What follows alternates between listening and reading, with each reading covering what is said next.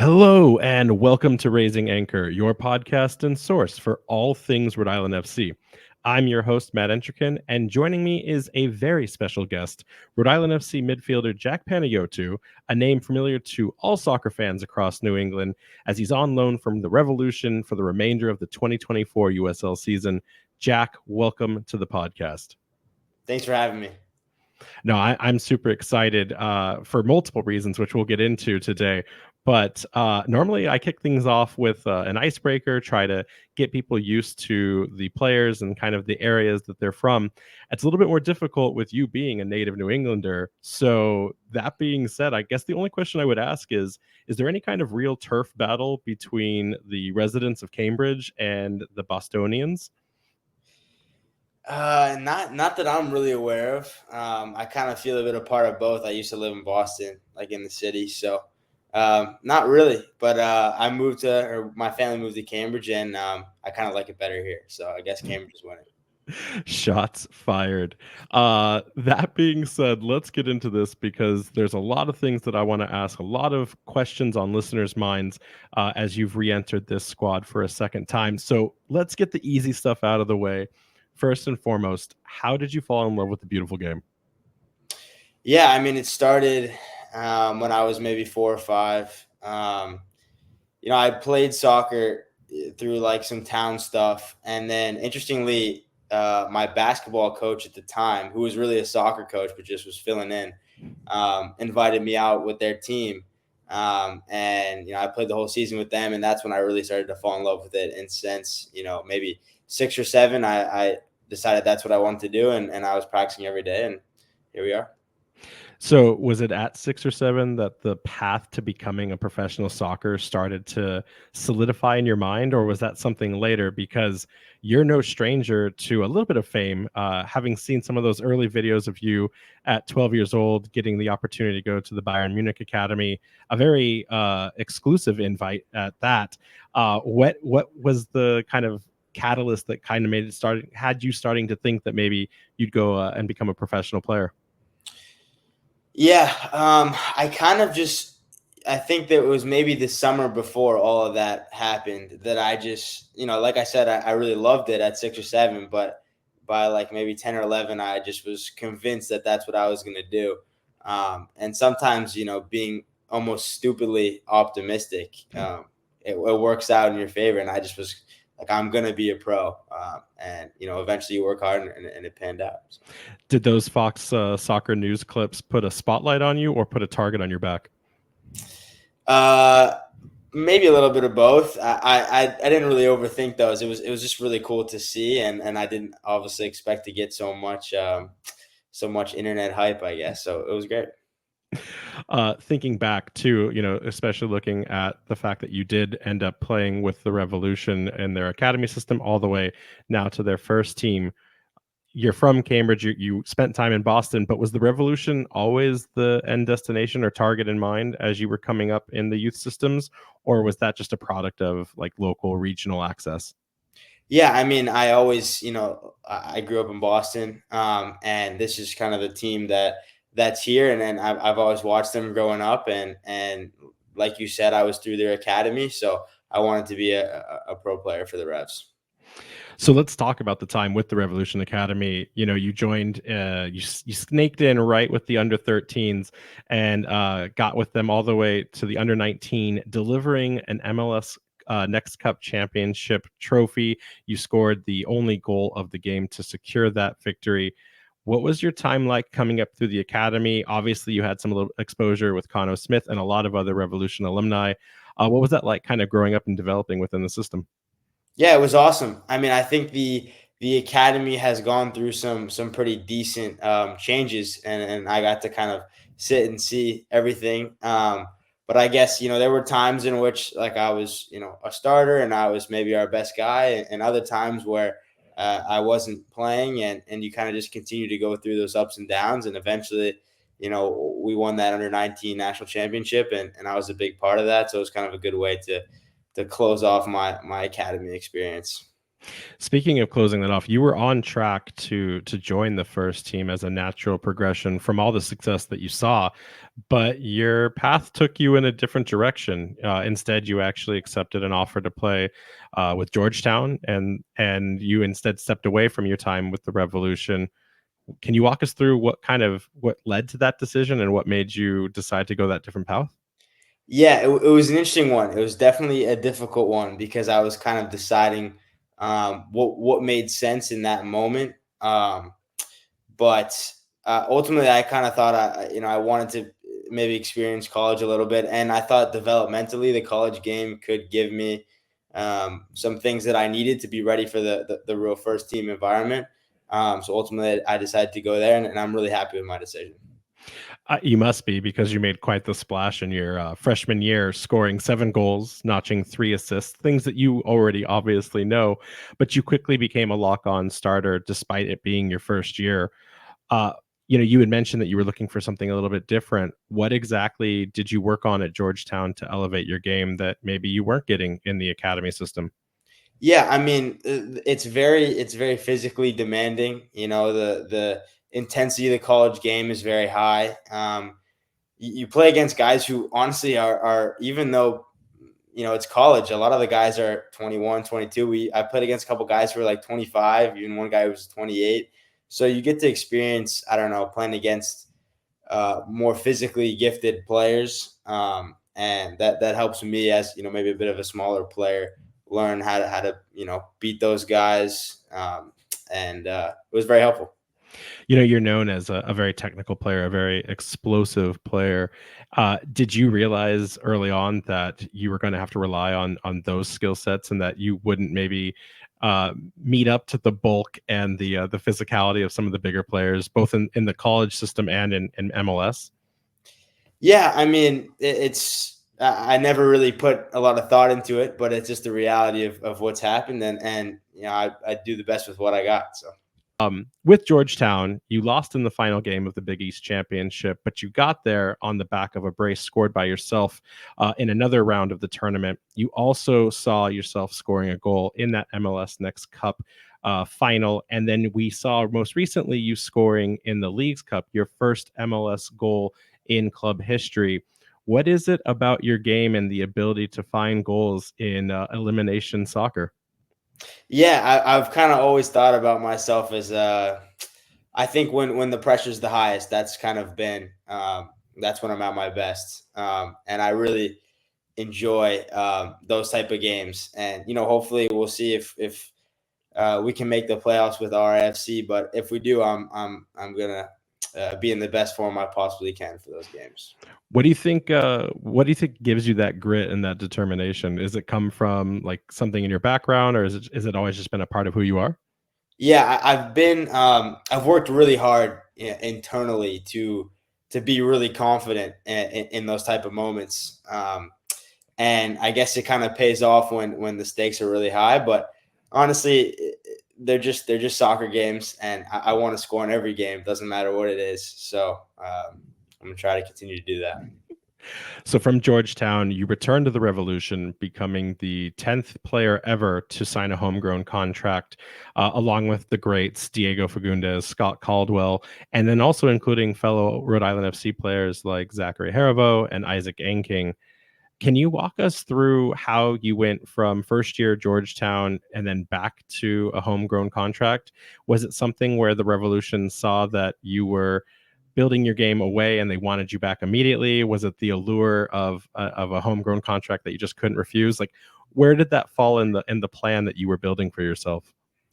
Yeah, so they kind of wanted to bring me in before I had left for college, and like we already talked about, I decided to go.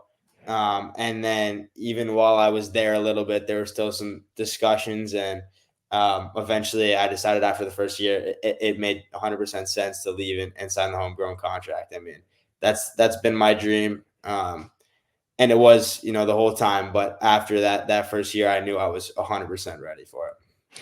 Does being a homegrown player feel like any kind of differentiation amongst the other players that they move up from next pro into first team contracts, or they come from other teams around the league and they're not homegrown players? Does it do anything different for you knowing that you're one of the few and the elite?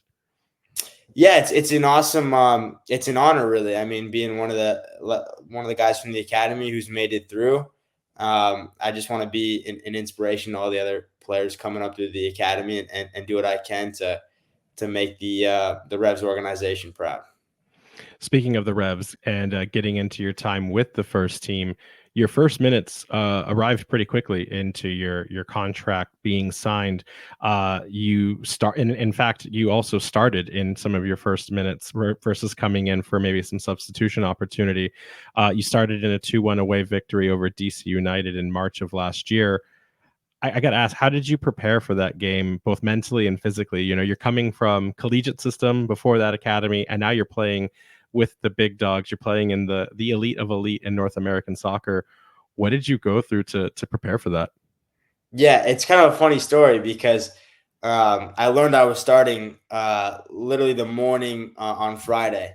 I don't remember why exactly, but Bruce called me into his office and was like, "You're gonna start tomorrow," and I was like, "Really?" Because I hadn't even debuted yet. But it was an awesome, awesome moment for me to be obviously making my debut and be starting in DC, which is where I went to school. I had all of my friends there, and I thought I had a really good performance. So that was one of those moments where I just felt like I was really confident that I was able to play at this level, and I try to do my best to show that. A lot of players will sometimes say that, especially when they debut away, that it doesn't always have the same feeling, the same gravitas as being able to debut in front of your home fans, which you did a week later against New York City FC, a game where Steven Turnbull also played, but you guys did not connect on the pitch. Which one of those is more important? Is it the first because that's the historic landmark, or is it in front of the home fans when you get to kind of have everyone behind you? Yeah, I mean, they're two different experiences, but I would say that's a tough one. I think that it's amazing being in front of the home fans, but being on the field for the first time is probably like, you only get one first. But then having the home support behind me for that second game, it was really nice to feel that energy and have fans rooting for you. You know, speaking of Bruce Arena, I look back to the 2023 Revolution roster, and I always kind of get shocked at how many U.S. men's national team legends have been a part of the Revolution, but more specifically in 2023. You know, you said you were a fan of the game growing up. These must have been some of the same people that you were watching in World Cups and in U.S. games. What was it like to suddenly go from an academy kid to playing with some of the people you've been watching your entire life? Yeah, it's I had a moment in preseason last year where I'm jogging next to Josie Altador and Bobby Wood, and they're just talking to me like, we're all normal guys. And I just remember I came home to my parents. I was like, "This is insane! Like I watch these guys on TV, and now I'm one of them." So it's really really cool, and it felt really good. Did any of them in their time with the team, or maybe even Bruce Arena, is there any lasting wisdom or impression that was left that kind of you take with you game after game? Um, it was an interesting season last year, but you do learn a lot about kind of why those guys are so successful, and the habits and the stuff that they do. And I remember I talked to Bobby a decent amount, and he talks to me about just like working hard and how much to train and when to press in these moments, little things that he's kind of learned through his career. And every time he's talking, I listen as much as I possibly can. Does it ever feel like, you know, you being the young guy, have you gotten over that with the team? Like, or are you still kind of the person that has to do the extra drills, has to learn the extra thing to stay competitive with this group? Like, has it felt like you're fully there yet, or do you suffer sometimes from like, how am I still like with these guys playing this game? Yeah, it's both. I feel like it's important to have both the desire of being a young guy who needs to prove themselves, and also feeling like you belong and that you're one of the like a main part of the team. And that getting into that mindset, because sometimes that's how I would play in the academy and at Georgetown, and just having that mindset regardless of who you're playing with is important. And, speaking to that mindset, you also kind of benefit, which is really interesting in the fact that this hasn't happened a lot across the homegrown contracts, but you've kind of grown up in the academy and now with the MLS teams as one of the quote unquote teenager trio. I know that you're no longer a teenager, but your name is often associated and linked with the likes of teammate Noel Buck and as the self-called Milwaukee Messi of Esmir Baraterovich. I have to ask, like, are you guys really close as a personal unit because you spent all of this time in the system together? I know that Noel's on loan now. I know you're obviously here with us, but like, are you guys a tight knit unit as you've transitioned to the first team? Yeah, absolutely. Yeah. I root for those guys 100%. And they're some of my closest guys on the team, obviously being close in age, but they're really, really good guys. And Noel, I've played with for maybe 5 or 6 years now, but as maybe three now. So I spend a lot of time with them. Sometimes, even more than my family when we're traveling and stuff. So they're really good guys, and it's been awesome to see what each of us have been able to do.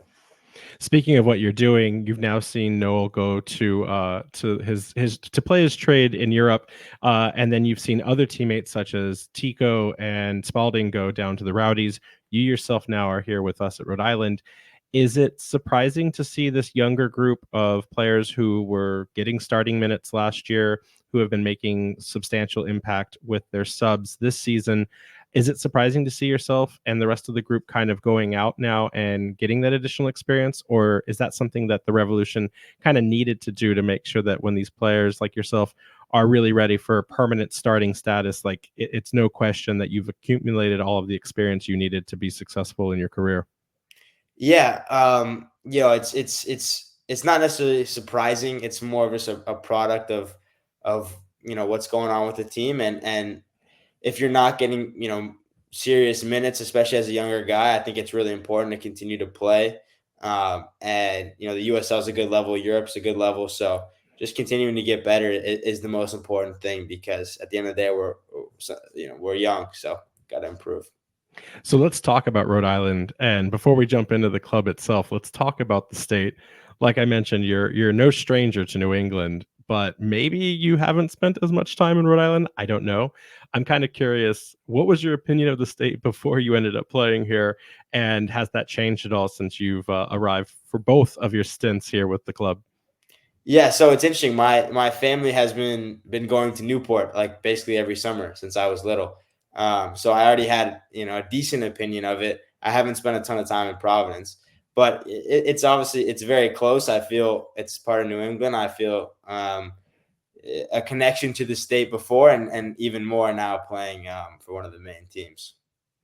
It's just the matter of how you feel about Connecticut, which we don't need to talk about because your results showed themselves last year in a certain Open Cup game. So we don't need to go there in the slightest. But that being said, so you're now loaned to Rhode Island FC. You're just a stone's throw away from the Revolution Training Center. You've joined Cano Smith. Can you walk us through how this whole thing transpired? Like, what were the decisions that needed to be put in place for you to come and join Rhode Island FC? Yeah, it happens very quick. I think that I was getting a lot of minutes in Leagues Cup, and I was doing well, but we had guys come back, guys who they signed, and ultimately, it seemed like I wasn't going to be able to get a lot of minutes with the first team in for the time being. So Kano, I think, reached out to the Revs and wanted me back, and then from there it just kind of happens. And the next day I'm driving to Bryant University to train. So pretty quick. Was there, and of course, you're referring to the second time, was there a conversation that took place with Caleb Porter, knowing that you were first recalled to help with a very injury stricken Revolution side, and then, you actually making some substantial contributions to the team in that time? Was it a like, I'm going to ride this hand for as long as I can, as hot as it stays, and then see what happens? Or was there kind of always this knowing expectation based on your conversations with Coach Porter that like, I know that I'm here to serve a purpose and a utility, and we'll see what happens afterwards. Yeah, I mean, Caleb's a very transparent coach, but when I came back, it wasn't like, oh, you're going to start every game. I think some of that you kind of earn by being really good in practice and then ultimately being good in games. But I was kind of taking things day by day based on how I was doing in every practice and every game, and then ultimately it just once it kind of seemed like things were not gonna shake out for me in terms of getting more minutes, then it was the right choice to go back to Rhode Island. So, it's got to be frustrating though, right? You're getting starting minutes. You're an integral piece of a system that Coach Kano had kind of started to really get the team to gel behind with your addition the first time around. And then going from that predictive, like guaranteed to, I don't know quite what the future holds for me. How do you as a player, internalize that? How do you as a person go from that consistency to like, man, I really have to go back and earn every second I'm going to get to be on the pitch with my main team? Yeah, it's interesting. I mean, I kind of feel like regardless of where I am, I have to earn it. So in terms of that mindset, it's nothing new. Um, but I felt very prepared going back with playing in these games, and honestly, like uh, you might be in a little bit of a bigger stadium in the MLS, but the fans, the energy, especially with our fans in our facilities, they feel very similar. 6,000 people screaming feels pretty similar to, I don't know, 20,000 when you're playing. You just don't notice everything. So in terms of that stuff, I felt really ready, and I'd been getting good minutes against men that are good players. So when I came back, I had a lot of confidence, and I knew I'd be ready to go. So if we walk this back to the initial loan and kind of looking at what that decision process was, I think it makes sense kind of going back to where you coming back, getting those opportunities. But the start of this entire sequence, how did this come about from the beginning? Was this you recognizing that you wanted more playing minutes against, tougher opponents where you could get those minutes? Or did you see this as like, did the Rev see this as an opportunity for you to develop? Or did Coach Kano just know what you were capable of and say, hey, I need this guy on this team if you're not going to use him? Yeah, I think he had been reaching out for a while. I don't know all the details, but I think from my point of view, it sort of became where I was, I kind of felt like this. I had graduated a bit from the second team games, and for whatever reason, I wasn't getting minutes with the first team, even though I was, rostered for every game basically. That it made sense to go on a USL loan. And guys had done that before, and I think it had worked out for them. And after I guess the first stint, you would say that it worked out, and hopefully after this one, it does too. I mean, you're absolutely right. You were an immediate game changer entering the squad and helping dismantle a then leader in the Western Conference in Sacramento Republic. You really impressed a lot of fans on that day. And in your time, your first short stint in the club, you earned 2 assists in just 4 games. I guess I'd have to ask, what allowed you to transition so effortlessly into Kano's system? Was it something where he gave you the permission or the structure to implement your game, or was it just a kind of natural ability for you to be successful on the day? Yeah, it was interesting. I mean, Connell's obviously a really good coach, and he spoke to me before, making sure like mentally I understood everything within the Rhode Island system. But I also kind of felt like at the time that I had been playing really, really well, and kind of nobody knew that. I don't know whether it was with second team or in practices with the first team. I felt like I was doing really well, but I had nothing to show for it. And then here I had an opportunity to make sure that everyone knew that, and I did my best to take it. You play, at least as you're listed, you play primarily as a winger with the Revolution and some of the time with the Revolution too. But Kano seems to have deployed you in both stints as more of just an attacking midfielder that has a very long leash to kind of play the game that you want to play.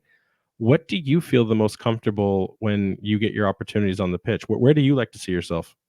Yeah, I think my favorite position is definitely the 10 as an attacking midfielder.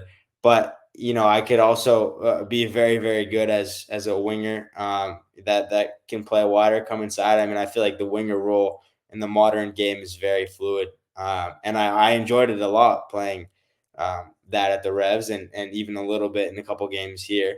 But I just feel like I'm a player. I can play multiple positions, and I just want to do what I can to help the team. So I guess then, the other thing to this loan, and it's so interesting, you were recalled. It does happen. It's the nature of soccer. We lost you. You're now back. But I want to ask, like, in terms of the amount of game time, in terms of the amount of performance expectations, in terms of the different cultures that exist, and I think Kana would be mad at me for using the culture word, but you know, for you, you're not that far away commute wise, but it is a complete adjustment for your day to day activities and the expectations and leadership of two different sports teams. What's it like for you to adjust to that, and like how has that been in your day to day? Yeah, it's interesting. It's definitely been a harder one to leave and then go back and do well and then come back again. I think mentally it's definitely been a little bit interesting, both the first time, but even more now at the second time. But in terms of the commute stuff, it's not too bad. You just get into a rhythm of everything. And I know that I already knew the guys from the first round. And they're really good guys. It's a great team, great coaching staff. So it's been pretty easy to get back into things. So has it been like riding a bicycle? This team wasn't exactly in the same form or the same track record that it was when you first joined. Some have said it's a completely different team, although it is the same players. Have you seen a notable difference between your times here and your times away? Um, a little bit, yeah. I think that there's more of a feeling that this team can win every game. That this team is going to be a really good team in the league. And I think sometimes in the when I was there the first time, I think sometimes I was like, we have really good players. I don't know why sometimes people think that we can't win every game. And you've started to see that kind of play out as we've been in good form a little bit more recently. But it's still a work in progress. It's a new team. This is the first year, and you kind of got to build that culture.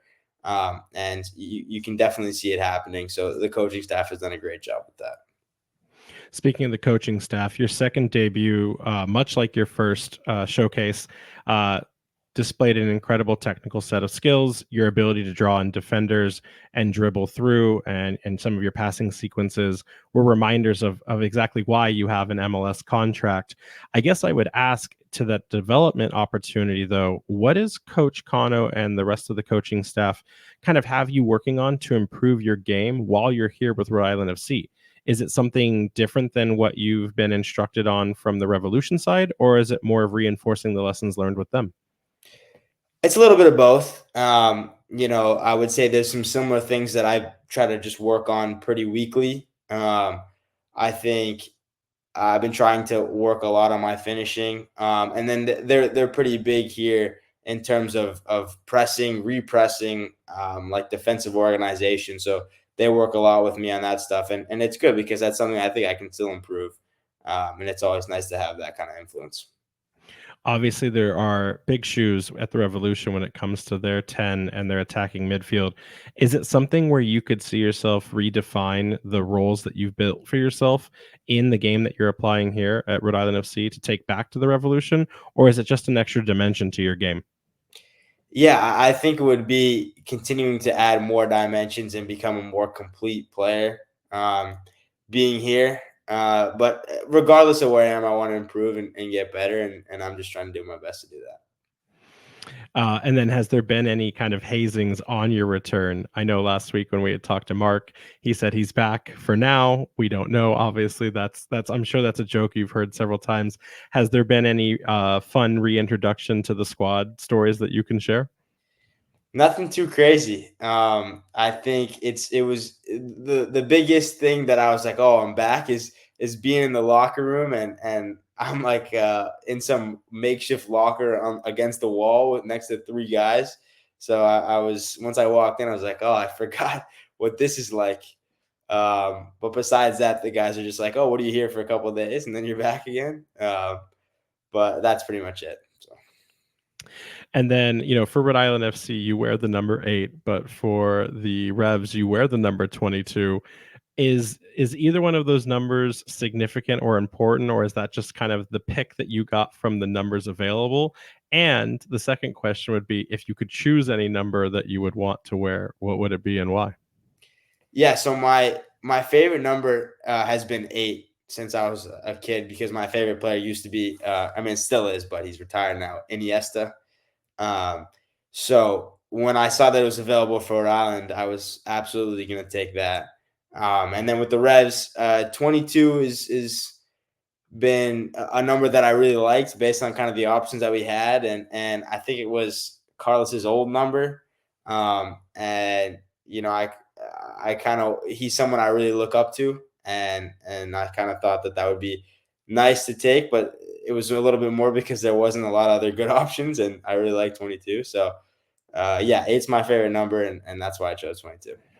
All right. So then if you, for fans of both clubs, go out there and eventually lock down the number 8 Panayotou special, because that's something for the prophecies to be told. But, to kind of wrap things up, we're getting into the business end of the season here. Rhode Island FC is very much in the hunt for a playoff berth and looking to go as high up the table as possible. I guess I want to ask you, for a loaned player, what does it feel like from a personal responsibility standpoint to kind of get this team across the finish line? Does it look for you as this is a job to do, you're a professional player, or, at the end of the day, is this something that as these games continue, do you find yourself starting to bleed the amber and blue for this squad and the fans? Because it must be difficult to wear different kits multiple times in the season. So kind of curious what your thoughts are on that. Yeah, I mean, regardless of where I am, I want to win.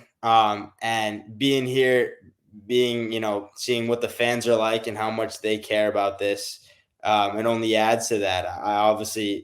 I think we can make a really good run in playoffs, and I want to be a big part of that. Because why would you not? There's no downsides to winning, whether that's personally or for the team. So that I want to do whatever I can to make that happen, and we'll see how it goes. As we enter the final games ahead, is there anything kind of going on in your mind? We will have a rematch against two of your brothers from the Revolution, Intico Rivera and Ryan Spalding, with Tampa Bay Rowdies coming up. Are there any big games that you're getting excited for? Yeah, that one is definitely one I'm excited for, just to see them. But besides that, I think I've been taking it game by game, and I haven't been super thrilled with my first two games, so I think I still have a lot to do, and hopefully that'll show, maybe this weekend and going forward.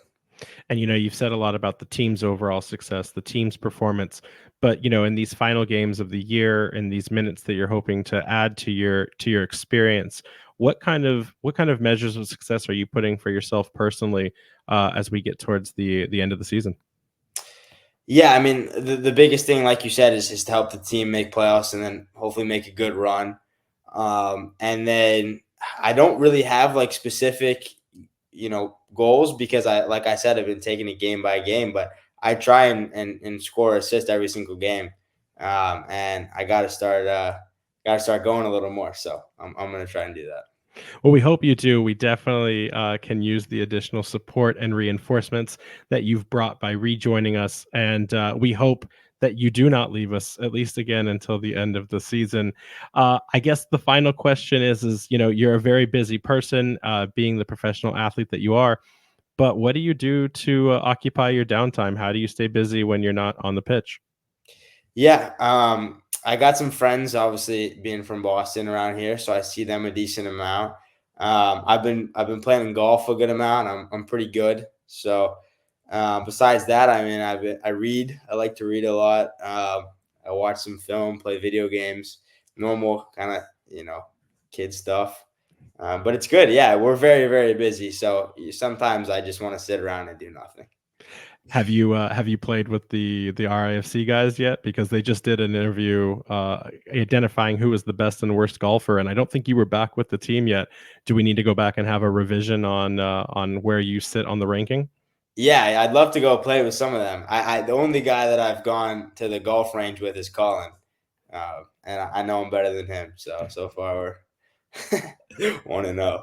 The players to beat are, I think, JJ Clay and Jackson Lee. So you may have to go do a round with them and see who's the best of the best there. But Jack, thank you so much for coming on the podcast. We cannot wait to see the contributions you're going to make for this team going into the end of the year and into hopefully a really solid playoff run. We hope you nothing but continued success in all of your endeavors. And again, just thanks so much for being on the podcast. I really appreciate it. Thanks for having me. No, likewise. And make sure to check our friends out over at the Blazing Musket for all your New England soccer coverage, RIFC, and New England news. You can find them at www.theblazingmusket.com. You can also follow us on Twitter, Threads, and TikTok at RIFC Podcast. We've got an Instagram at Raising Anchor, and then, of course, our own website, www.raisinganchorpodcast.com. Jack, anchors up, and let's go get this season done with and make sure that we're in the highest possible playoff berth possible. All right? Will do.